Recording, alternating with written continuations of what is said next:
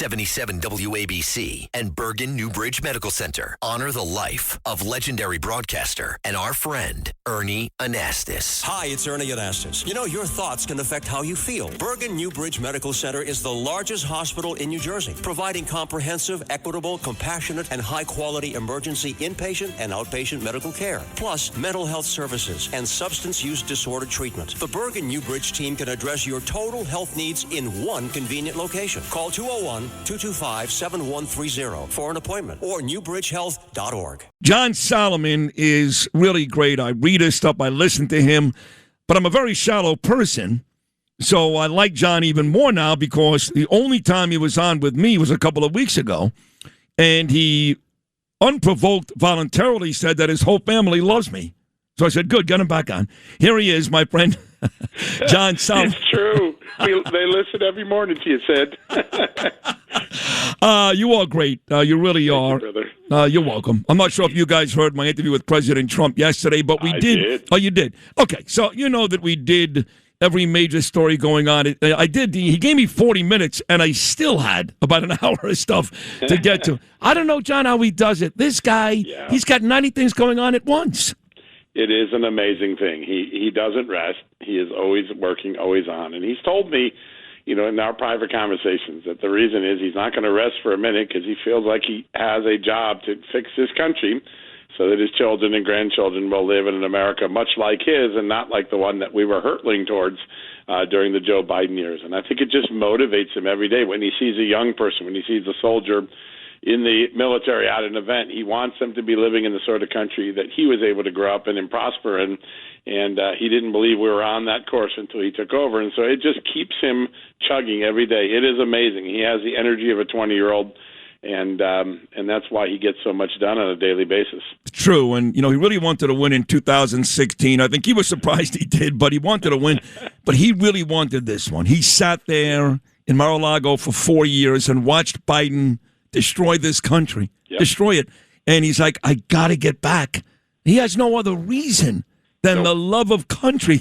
The guy gets shot at, arrested, indicted. They take his money. He loves this country. You know, John, he talked to him. He sat there for 4 years. I met him a couple of times just waiting for this opportunity. Yeah, no, there's no doubt. And he understood that it was a narrow window to save America before it really hurtled towards where Europe is today. Look at Europe. It hardly resembles a Western civilization anymore. Same thing with Canada, hurtling towards socialism on a daily basis, suppressing its people, blocking their donations, tracking their donations. That's not Western society. And I think he realized that if he could save America, America could save the rest of Western civilization as we knew it. And I think that's what motivates him. You're right. He's taken on more aggravation than someone at his age and his wealth and his success needs to take on at this age. But I think it's just personal for him. Listen, on the stuff I do personally, I work on the weaponization and try to help people understand just how bad the intelligence community acted and how bad the law enforcement. He says to me, I don't care about myself. I've been through that. I don't want a future president to be hampered the way I was. So he's always looking forward. He's thinking about the America he's leaving behind. It's fascinating because a lot of times you think, well, he's got to be upset the FBI did this. Yeah, he is. But his motive now is, I just don't want it to happen to a future president. And I find that so fascinating that his gaze, his view is always at the horizon. What comes next for America? And that's an insight that you can only get when you get a chance to talk to him. Yeah, you're right, and I believe it. Even the Grand Ballroom, I mean, it has nothing to do with him. If we're lucky, if we get it built, he may be able to enjoy that for about 4 months. I mean, that's 4 months, right? Right. So all these new presidents, many of whom you have to imagine will be Democrats, they'd be the ones enjoying this beautiful, posh way to treat people from other countries and possibly save a president's life, and yet they call him selfish. It has nothing to do with him. Maybe 4 months. I want to get to China, though, John, because there seems to be a back and forth. Is this a trip about Trump pulling Xi by his ear into another room and saying, if you don't stop providing Iran with weapons, I'm really going to hurt you? Or is it about, hey, I've got Tim Cook right there. Look, Elon Musk is right there. I've got 17 of our brightest and best CEOs. Let's do some business. Which one is it? I think it's a little bit of both. I think there's a carrot and there's a stick. and some of the stick may be administered after the meeting if he doesn't get what he wants. Listen, China can't survive without access to American markets. It does not have a middle class to sell its wares to, and it could lose access, even if it lost a little access to the stock market, if it lost just a little access to the American marketplace, its economy would go into a tailspin. And so that is the big stick he carries. Now, President Trump's demeanor in these meetings is always to be positive, always to have frank discussions, but make it clear, hey, I could sanction China tomorrow for illicitly providing weapons to a rogue nation, Iran, and good luck getting in our marketplace. And the American people would be with me if I told them what you sent over, what you were contemplating sending over. So do you really want to go down that path? And, Xi, for all of his rhetoric and for all of his communist tendencies, he's pragmatic at the end of the day. And I think that President Trump is going to be candid, dangle the opportunity for future cooperation with America, but be clear, hey, you're going to become a war enemy in America, an economic war enemy, if you keep up what you're doing with Iran. Iran is not worth jeopardizing China's future for. Let's get them off the table, and let's focus on this. And that's the sort of deal-making I think he would do. I think there's a similar conversation that's been going on for months with Vladimir Putin. I think Vladimir Putin this past week has signaled that, maybe this war thing with Ukraine's getting old. It's not going anywhere. So if you could get those two, number 2 and number 3 superpowers in the world to play ball nice on Iran, you make Iran go away, and then each of them has an opportunity to engage more constructively with the United States. And I think that's the big chess game that President Trump's playing. It's hard to do. These guys are wily. They're often dishonest.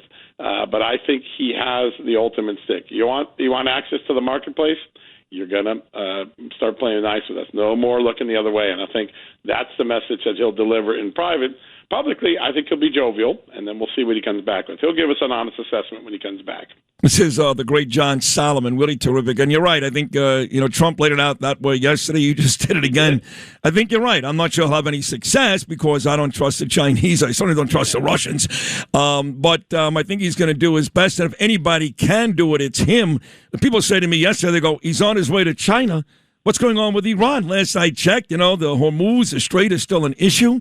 There were 4 levels down, but there's still a bunch of animals running that country. Last I checked, we still have not gotten that enriched uranium out. What the hell's going on? What's the answer to that, John? Well, the answer is right now his best bet in sparing lives and military money and military equipment is to just stranglehold Iran. The economy in Iran is teetering.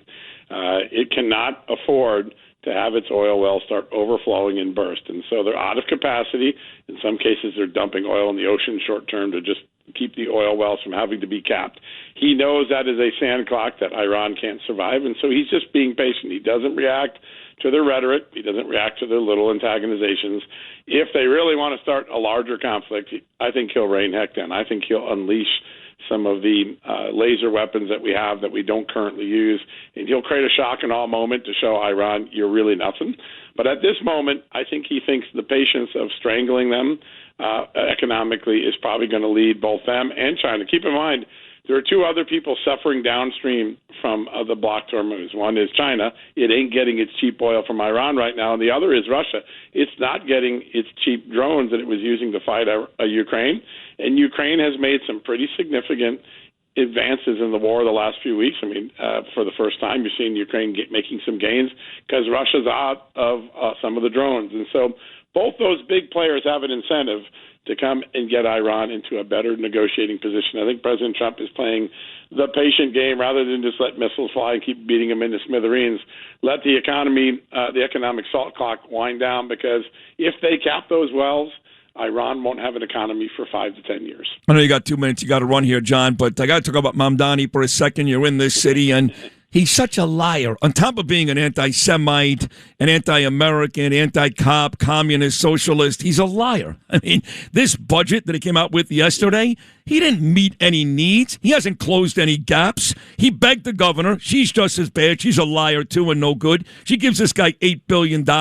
You actually read the budget I Morano on earlier this morning. There's nothing there. He hasn't closed anything significantly, and yet he's on the front of the newspaper. Look what I've done. And the story right above him has a bunch of masked people, John Solomon, in Brooklyn terrorizing little Jewish kids outside a synagogue. What kind of liar, what kind of city is this guy running? I've said this from the beginning. I think Mamdani will turn out to be America's greatest prize to freedom, because after people live under him for 8 to 10 months, they are going to crave the sort of freedom that they had before this guy ran in.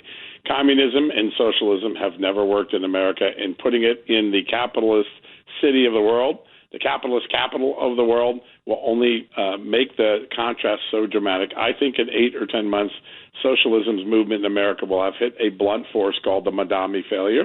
I've always said that. I've just sort of felt, as tragic as it is to watch the great city of New York fall into the hands of a socialist, it may be the greatest learning moment that two young generations that were told socialism's good by their crazy teachers are going to have, which is, wait, he destroyed the city in a year. I think that that's the course that we're on, and he'll actually do a favor for American history, though for himself he'll be a fool when he's done. But I think that's where he's headed. I think you're right, too, about to hit our knees like an addict and admit we're rock bottom.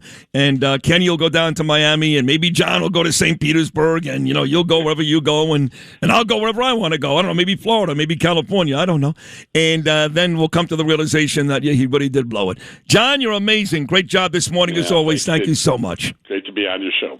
Thank you. Well, this guy's terrific. John Solomon right there on Sid and Friends in the Morning with a great 10 minutes. Thanks for listening to Sid and Friends in the Morning. You can hear Sid and Friends in the Morning weekday mornings at 6. If you like the podcast, share it with your friends and listen anytime at WABCRadio.com and download the WABC Radio app. Hit that subscribe button on all major podcast platforms. Plus, follow WABC on social on Instagram, TikTok, Facebook, and X. See you next time for a new episode so you never have to wonder. What the heck is going on here?